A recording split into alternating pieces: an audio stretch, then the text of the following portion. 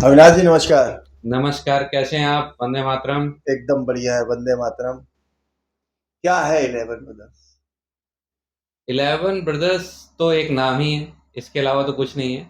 लेकिन 11 ब्रदर्स किनसे 11 ब्रदर्स बनी ये ज़्यादा महत्वपूर्ण है, और कैसे बनी वो उससे ज़्यादा महत्वपूर्ण है। एक्चुअली में हम लोग का पूरा संगठन, जो हम लोग का संगठन है, कोई स्पेशल ओकेजन नहीं था इस संगठन को बनने का। एक समय ऐसा आया जिससे 11 ब्रदर्स खड़ी हो गई। हम सब अपने क्षेत्र में कार्यरत थे, जैसा हमेशा होता है, हर ग्रुप में होता है।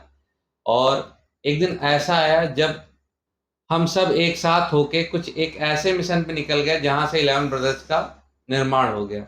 वो टाइम था कोविड का। पूरा देश, पूरा विश्व एकदम दहशत में था, एकदम सदमे में था। हजारों लाखों लोग बेघर हो चुके थे, सड़क पे आ चुके थे, खाने के लिए कुछ नहीं था। और उस वक्त हम सब ने मिलके एक महत्वपूर्ण फैसला लिया कि हमें इस वक्त अपने लोगों के लिए, अपने देश के लिए कुछ करना चाहिए। और बिना किसी सोच समझ के, बिना किसी पुराने एक्सपीरियंस के होते हुए, हमने एक बहुत बड़ा कदम लिया, जो कोविड के दौरान ज़्यादा ही बड़ा था, क्योंकि हमें पता नहीं था कि इसके परिणाम क्या होने वाले हैं, इसका क्या रिजल्ट होने वाला है। लेकिन हम लोग सड़क पे उतर गए और जो भी हमसे हो सका वो हमने किया। जाने के बाद हमें पर्टिकुलर लोगों को जवाब देना पड़ता था, हम कैसे हैं, हम कौन हैं। तो उसके बाद हमें ध्यान आया कि जो हमारी टीम है, हमारी सारी टीम एक क्रिकेट टीम भी थी, क्योंकि सब हम एक ही जगह के थे, लोकेशन के थे। तो हमारे पुरानी टीम का नाम 11 ब्रदर्स हुआ करता था, तो हमने उसी नाम को चुना और 11 ब्रदर्स का नाम वहां से आप लोग के बीच आया। मुहिम में कठिनाइयां तो बहुत आई होंगी। किस प्रकार की कठिनाइयां आई? एक्चुअली में जब पहली बार हम लोग इस कार्य में आए, तो उसकी शुरुआत ऐसे हुई थी कि कोई आर्टिकल नहीं था, कोई सपोर्ट करने का तरीका नहीं था। इवन उस वक्त गवर्नमेंट और प्रशासन को भी नहीं पता था कि क्या करना है, क्या सही है और कैसे होगा। क्योंकि ये ऐसी वैश्विक बीमारी थी कि इसका डर, इसका भय लोगों के अंदर बसा हुआ था, और उसका प्रकोप आप सबने देखा है। तो हम लोग को सबसे बड़ी बात ये थी कि हम लोग को प्रशासन से ही ये बात कहनी थी कि हम लोग सही तरीके से, लीगल तरीके से लोगों की मदद करना चाहते हैं, और हम इसमें सक्षम हैं।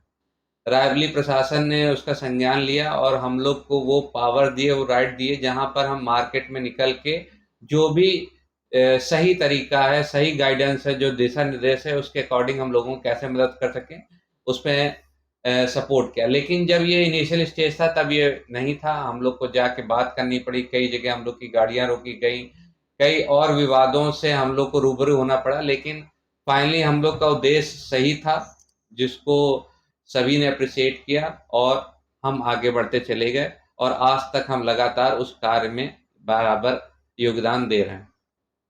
कैसे समाज में 11 ब्रदर्स बदलाव लाना चाहते देखिए, समाज में हर इंसान बदलाव लाना चाहता है।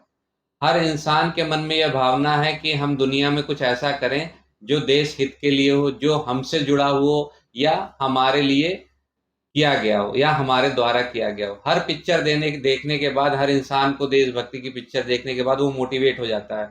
लेकिन कभी भी उसको कोई सही माध्यम नहीं मिलता है, या सही मार्ग नहीं मिलता है, या वो सही संगठन नहीं मिलता जहां से वो जुड़ के कुछ बदलाव ला सके।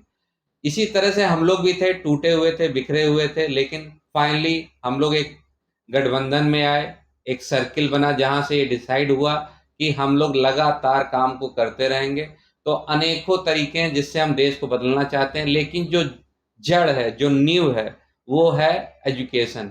अगर समाज में सुचारू रूप से आप लोगों को एजुकेट कर देंगे, और उसकी नींव है बच्चे, बालक, जो आज की डेट में हम उनको जितना ज़्यादा भविष्य के लिए, आगे आने वाले समाज के लिए, आगे आने वाली दुनिया के लिए तैयार करेंगे, उसी तरह से हमारे देश का, हमारे समाज का दुनिया में एक नाम होगा और विकास होगा। तो हमारे बेसिक स्ट्रक्चर ये है कि हम लोगों को एजुकेट करें, उनको वो फैसिलिटी प्रोवाइड कराएं जो उनको बेसिक स्केल पे नहीं मिल पा रही है। और वो अफोर्डेबल तरीका ना हो, वो निःशुल्क हो, वो हमारे द्वारा दिया गया हो, जिस पे किसी तरह से उनसे कोई पैसा ना लाया जाए। उनको ऑब्लाइज किया जाए, उनको नए नई चीज़ों से इंटरफेस करवाया जाए, कनेक्ट करवाया जाए, ताकि उनको ये समझ में आए कि हम किस जगह बैठे हैं और दुनिया किस जगह जा रही है, और हमको किस तरह से आगे बढ़ के रहना, आगे बढ़ के काम करना, और जो सोच है उसको कैसे बढ़ाना। भविष्य में 11 ब्रदर्स समाज को किस नजरिए से देखती है? देखिए, हम तो इस नज़रिए से भविष्य में समाज को देखते हैं, जो हम सोच रहे हैं कि आने वाली जो चीज़ें हैं जो बदल रही हैं, अगर आप मीडिया से हैं या आप एजुकेशन फील्ड से हैं या किसी भी सेक्टर से हैं, एक बेसिक चीज़ है जो सबको दिखाई दे रही है। जब अभी मैं ये जो वीडियो शूट कर रहा हूँ, वो मैं एसी रूम में बैठ के शूट कर रहा हूँ, लेकिन ये प्रैक्टिकल नहीं है कि ये मैं बाहर जाके शूट करूँ, क्योंकि इतनी ज़्यादा गर्मी है जिसको हम झेल नहीं पाएंगे। तो अगर आप मेरी नज़र से देखेंगे तो हम अपने बच्चों को 20 साल बाद क्या देने वाले हैं? 60 डिग्री, 65 डिग्री, 70 डिग्री। अब आप सोचिए कि 45 डिग्री की स्थिति में, 50 डिग्री की स्थिति में क्या झेलने को मिल रहा है, तो हम अपने भविष्य में अपने बच्चों को क्या देने वाले हैं। तो मेरा विजन यही है, मेरा मानना यही है कि जो आने वाला भविष्य है उसको हम कैसे कंट्रोल कर सकते हैं, इन सब चीज़ डिसास्टर को लेके, जो हम अपने भविष्य में अपने बच्चों को एक धरोहर देके जाएं जो उनके लिए, उनके जीवन के लिए प्रतिकूल हो। लोगों से 11 ब्रदर्स क्या अपील करना चाहती है? लोगों का मानना ये है, हम हजारों लोगों से मिले हैं, लगातार मिल रहे हैं और भविष्य में मिलते रहेंगे। पर्टिकुलर एक एजेंडा नहीं होता है, वो एरिया वाइज होता है। जो एरिया जिस तरह से जुड़ा हुआ है, जिस तरह से उनकी प्रॉब्लम है, उसी तरह से वो हमसे अपील करते हैं कि ये कर देंगे तो अच्छा होगा, इस तरह से कर देंगे ये अच्छा होगा, या इस तरह से होना चाहिए तो वो अच्छा होगा। तो पर्टिकुलर स्पेसिफिक कोई नीश नहीं निकल के आती है। हम जहाँ जाते हैं उनकी जो रिक्वायरमेंट होती है उस तरह से हम लोग को डिस्कस करते हैं, लेकिन हमारा सराउंडिंग एक ही एजेंडा होता है कि हमारा मेन फोकस होता है एजुकेशन। बच्चों को कैसे और एक्टिवेट किया जाए, बच्चों को भविष्य के लिए कैसे तैयार किया जाए, और पर्यावरण को कैसे सुरक्षित किया जाए। चलिए, बड़ा अच्छा लगा आपसे मिलके।